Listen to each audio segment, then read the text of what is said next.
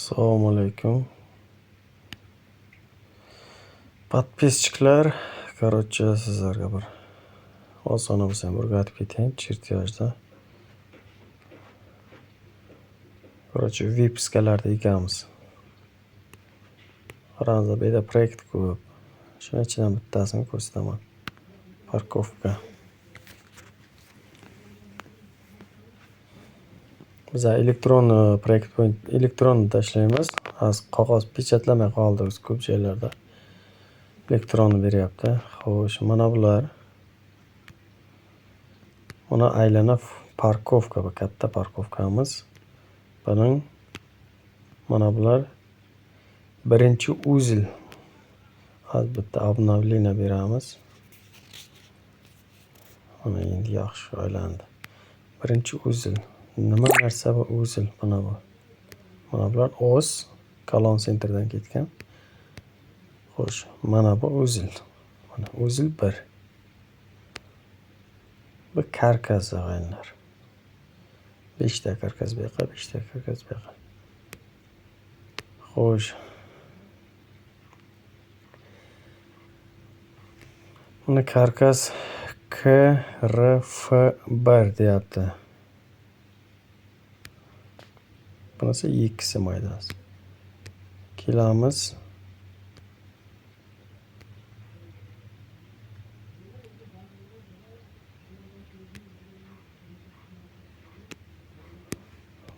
Karkasimiz qayerda edi?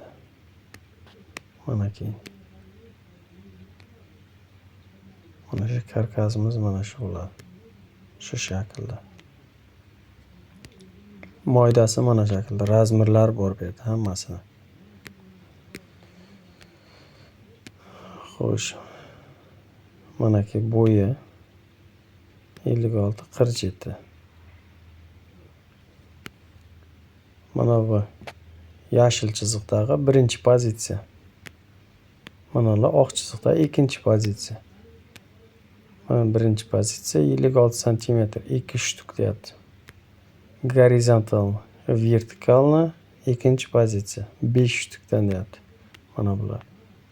Sizlar tayyorlayotganda shuni ozgina pastroq tayyorlaysizlar.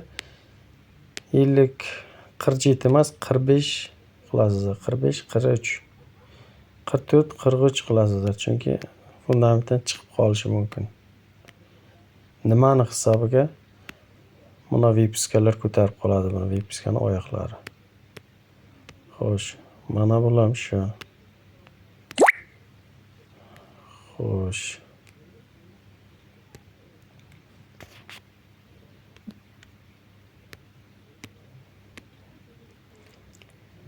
Endi buni tushundilaringiz. Karkas oslarga ko'ra beriladi. Os, geodezik os beradi. Har bir kolonni sentriga mana bu yerga bitta tochka beradi, mana sentriga. Shundan tortasizlar, kraska urasizlar, чтобы усиление tanlashga oson bo'ladi. Mana ketdik endi. Фундаментная плита, нижняя отметка, армированная выпуска, нижняя зона вдоль буквенный ос deyapti. Birinchi usiliana harfli osdan boshlanadi deyapti.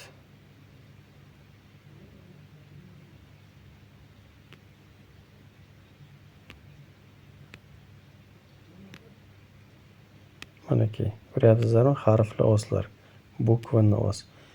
Birinchi sloyimiz, shundan bilasizlar, birinchi sloy shunday ketadi ekan. Ruschasiga bukvanli os. Mana bular raqamli oslar, bular sifrovoy oslar.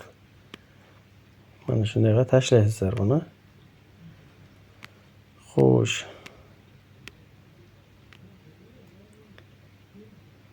Mana usiliana bular hammasi. Mana 25, 29, 32. Bular qisqacha qilib tushuntirilgan holatda. 25, 29, 32. Kimdir tushunadi, kimdir tushunmaydi. 25lik armatur 2.90 ga. Buni har birini bitib imенно kelib spesifikatsiyadan izlab 25 xona.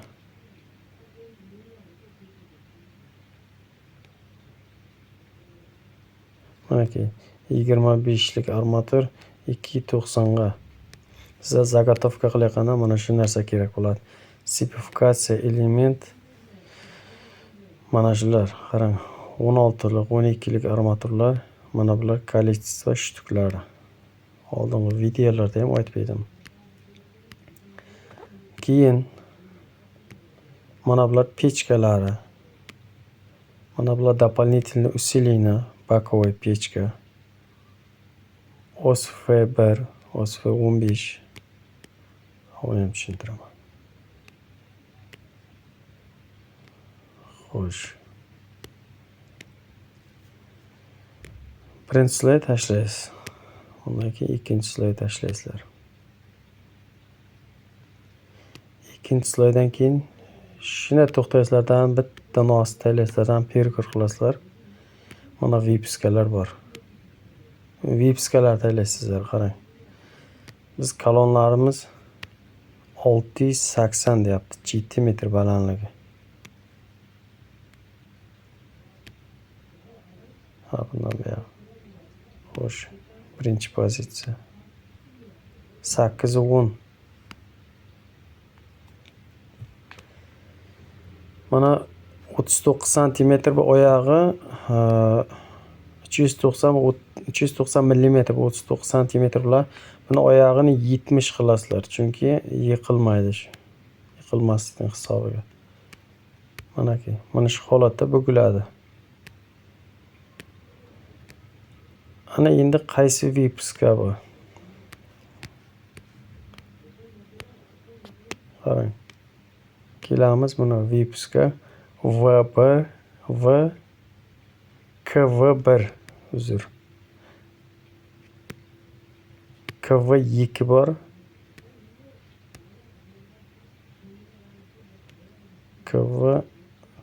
Mana KV3 ham bor bu yerda. Hozir ko'rsataman. KV1 qarang, 18lik armatura, mana 18lik armatura. Xo'sh, KV2miz 20lik armatura. KV3miz 25lik armatura. Bular shuning qaysi shaklda qo'yishlari.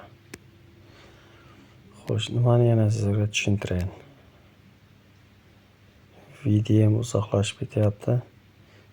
Kerakli odamga to'liq ma'lumot bergan yaxshi-da. Uni oz-ozdan video chiqarib o'ynagandan ko'ra. Keyin qarang. Vipiskani ekasiz, mana buni. Ikkinchi slay karkasini taylagandan keyin kolonni vipiskasini ekasiz. Undan keyin mana karkasni qo'yasiz. Mana karkas.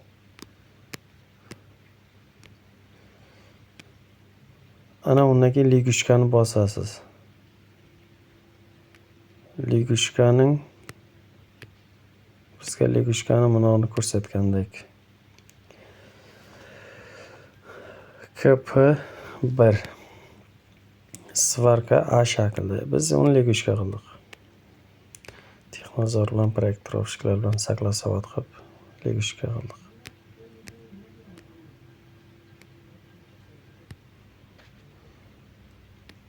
Xo'sh. Mana bu 3-sloy usilina, mana bu 4-sloy usilina. Mana nima narsa deydi mana chiziqimiz. Ag'ayinlar pul, mana bu yerda ham bor. Bu bashini kirandi joyi. Biz uni bitani qo'ydik. 4 ta kolonni qo'yib, bashini kiran qo'yilgan. Shu hisobiga bu chiziq. Undan keyin fundament qo'yilib bo'ldi. Mana bular vipiskalar aylanasiga. Vipiskalar manaki. Vipiska V1 1 metr fundamentdan chiqadi. Fundament qolinig'i yillik. V2 1.35 va 16lik armatura.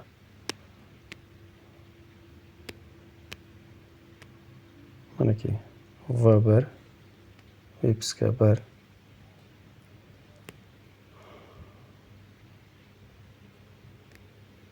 Подожди.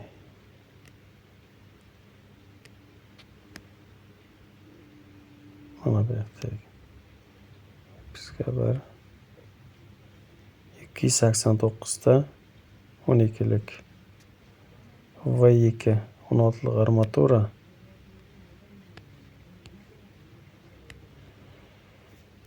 L degani bu 361 santimetr uzunligi shundan chiqadi degani. 989 ta, 990 ta, 1000 dona ketadi xullas. 16lik выпуска. Полный вокруг. Shak 100 dan. Ya uzr beringlar, shak 20 o'nliq joylari ham bor. Mana полный shak 10. 151 dona shak 10 dan deyapti.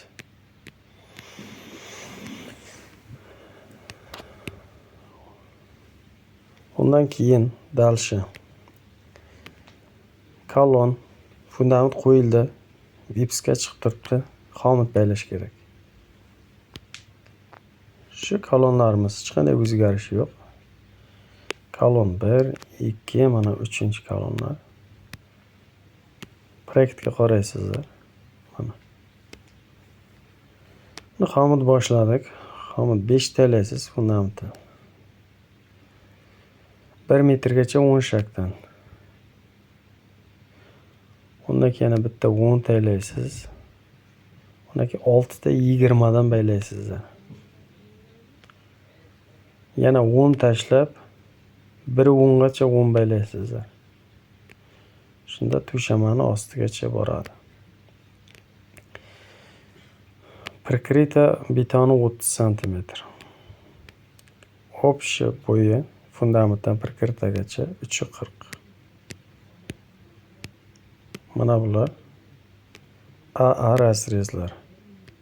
Mana B.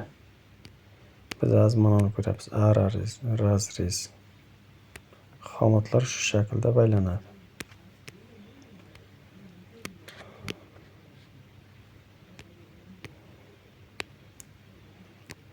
Kolon допуск отклонения yiqilish qishishi 1 santimetrgacha допуск bor, ruxsat bor 1 santimetrga. 3 metrga 1 santimetr по проекту bo'yicha допуск degan ruxsat bor.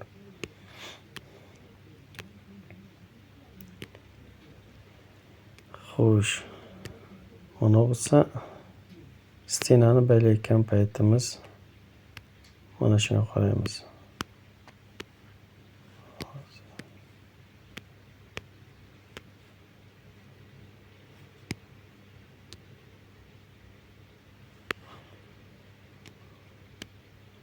Mana 4-proyom.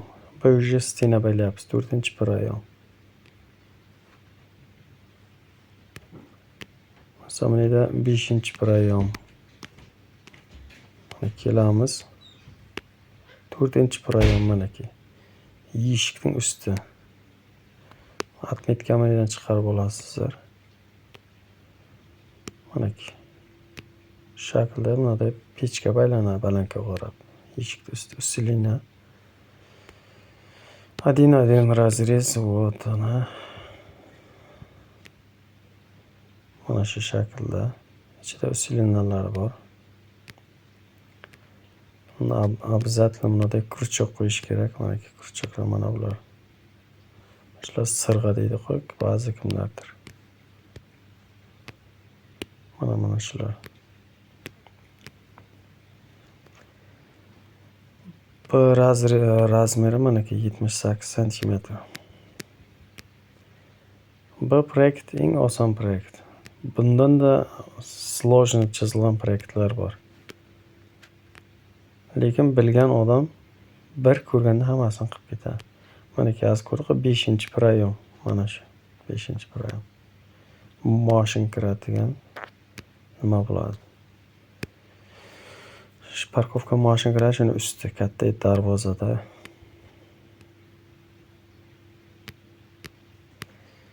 Hammaga tushunarli bo'ldi deb umid qilaman. Hayt tushunmaganlar bo'lsa kommentariya qoldiringizlar.